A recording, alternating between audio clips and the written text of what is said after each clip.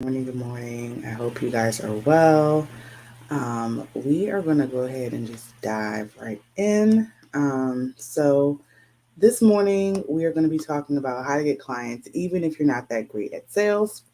So feel free to drop your questions and your comments into the chat, and we can discuss them here live. Or if you're watching the replay, then you guys, I will answer questions as they come in.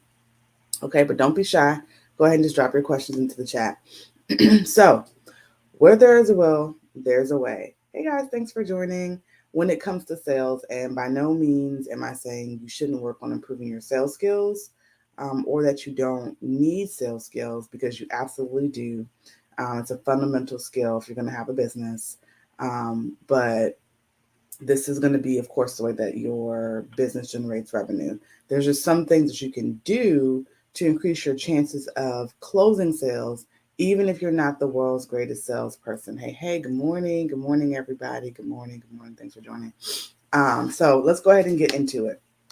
So, if you're not that great at sales, you need to do 80 to 90% of your selling up front. Okay. 80 to 90% of the selling should happen up front, meaning your content and your introductory products and services need to sell for you so that the rest of the process becomes easier. What do I mean by this? So, if you're not that great at sales, and you don't have a clear customer journey, a clear path for people to follow, right, to do business with you and purchase your higher ticket offers, you're going to have a difficult time converting at all price points. Okay, this is why the customer journey is so important. Um, it's going to feel chaotic to your clients, and I'm sure it feels chaotic to you not knowing when you're going to get your next client, right? Hello, good morning.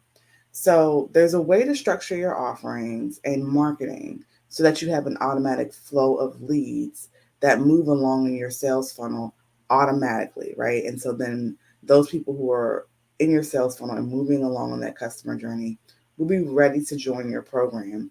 Sign up for your masterminds, your communities, your courses, your workshops, your challenges, whatever you have as your higher ticket offers. But there's also a few things you need to do on the actual sales call, or what I like to call the conversion event itself, because it doesn't have to be a sales call. Um, here are a few things you need to think about. So the first thing is understanding your product and service, like having a deep understanding of it gives you the ability to confidently and accurately speak about it. So you understand the benefits, how it solves your ideal client's problems. You can effectively communicate this to potential customers. Then, of course, understanding your customers' needs is going to be important. So, why your client needs that particular product and service, and what need is going to be fulfilled by them taking advantage of it. The more you know about your ideal clients, their pain points, their challenges, their goals, the better you'll be able to provide them with valuable solutions. Also, building that trust and rapport. This is where I said that your content should do the majority of the selling for you. And you should also have particular points where you're building relationships with potential clients and communities. People buy from people that they know, like, and trust. I'm sure you've heard that before, right? So invest time in building relationships with your customers and show a genuine interest in getting to know them. This is not going to only build trust, but it also helps you gain a better understanding of how you can serve them, which helps you market to them better. Also, there's effective communication. So, a lot of times we just assume that people understand what we mean. When we talk, we put content out, but a lot of times we miss the mark. So, that's your messaging, right? That's missing the mark. Clear, confident, and empathetic communication is essential in sales. So, be attentive to your customers' questions and concerns. Provide clear and concise responses that address their needs, right? Then one of the most important parts, I think, is focusing on value and not the price, right? If you compete on price, you will lose every time. I'll repeat that again. If you compete on price, you will lose every time. Okay. So focus on the value of your product or service and emphasize it. Describe how it's going to benefit your ideal customer and how that outweighs the cost, right? Because if you are um, highlighting the value of your product, the cost is going to be irrelevant to your ideal client. Make sure you use active listening. So this is in the conversion event or sales call itself, right? Don't listen to respond, listen to understand, right? So fully concentrate on what's being said. Hello, hello. Understand the information before you respond within the conversation that you're having or in the conversion event. Um, just allows you to better tailor the conversation to what's actually happening, and you're not actually following the script. So like I know some of you guys have sales scripts. I provide them for my clients, especially when they're first getting started, because it helps to keep the conversation going, especially if you feel awkward in a sales conversation. But it shouldn't feel like you're reading from a script. So that's why it's important to make things your own, but also to listen, because most times the conversation goes off script, especially if you're making it conversational. But you should have a structure. The script is more so to provide structure to the conversation so that it doesn't go completely off the rails, but you don't want it to sound scripted, if that makes sense. And then overcoming objections. Um, Active listening is a huge part in overcoming objections. Everybody who's selling something, there's going to be an objection. I don't care what price point. Somebody is going to always say no. Like that's just the way it is.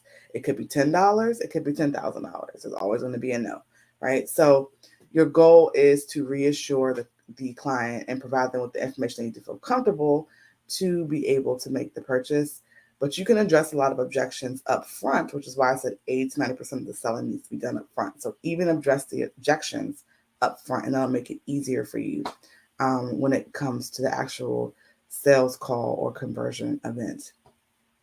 Ask for the sale, guys. So sometimes you just need to ask after you've addressed all your ideal clients' questions and concerns. It's okay to say something like, "So when are you ready to move forward?" Like you don't have to just y'all doing the weird stare thing. And sometimes you don't ask for the sale, and then the call awkwardly ends because you never like basically led with the next step. So make sure you do that. Follow up with another big one. Sometimes, of course, sales don't close right away. So make sure you have a strong system for follow up with your ideal clients, email, text, phone, whatever the case may be. Let them know that you're there to answer any additional questions and just keep moving. And then, of course, nothing works like a charm for improving your skills. So, like practice. So, the more that you can get in these conversations and be in the moment and learn in the moment, the better that you'll become at them. So, I just want to see if you guys had any questions at all. And just remember that, like having sales conversations, everybody starts somewhere. And over time, with practice, you'll become more comfortable with selling. So, any questions, guys? Any questions at all? Anything about how you can improve your sales skills or any questions about anything that I mentioned. Again, the main thing I want to emphasize is that 80 to 90% of your selling needs to be done up front. So your introductory content or your content and your introductory products and services need to um, basically do the majority of the selling for you so that the rest of the process becomes a lot easier. It's systematic, right? It's not robotic, but it's systematic. And that is all a part of your um, customer journey, the path that people follow to do business with you, right? Again, selling a high ticket offer is like a marriage proposal in a lot of cases. You can't walk up to somebody on the street and ask them, "Will you marry me?" like and not know them, a complete stranger. So it's going to take some time to build that relationship, build a know, like, and trust. You want to shorten this time frame, right? We're not talking months and months and months. We want to shorten it. However, we still have to go through that process, right? And so having really great content and really great introductory products and services helps to speed that process up so that person can get comfortable with you as the person delivering the service, comfortable with your skill set. They can trust that so they move forward with purchasing your high ticket offers. So, any questions, guys? Anything at all that you would like to ask. If you are just tuning in, we've been talking about how to get clients even if you're not good at sales. If you guys have questions later, please feel free to drop them in the comments and I'll make sure I respond. But if you want to learn more about how you can improve your sales skills by letting your content, your intro products, your lead magnets do the heavy lifting for you automatically to close high ticket clients, you can book a free clarity session with me. You can do so by, if you're watching me on Instagram, you click the link in my bio. That is slayhardeveryday.co.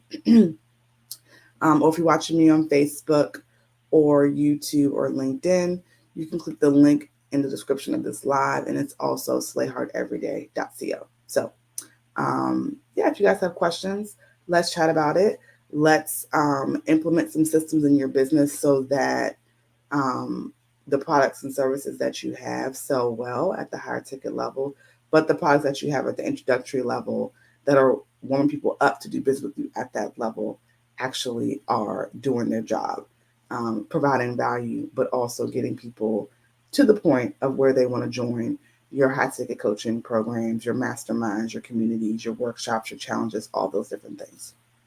Okay. All right, guys. Well, that's all I got for today. Again, if you have questions, please feel free to drop them in the comments or you can reach out to me. You can shoot me a DM.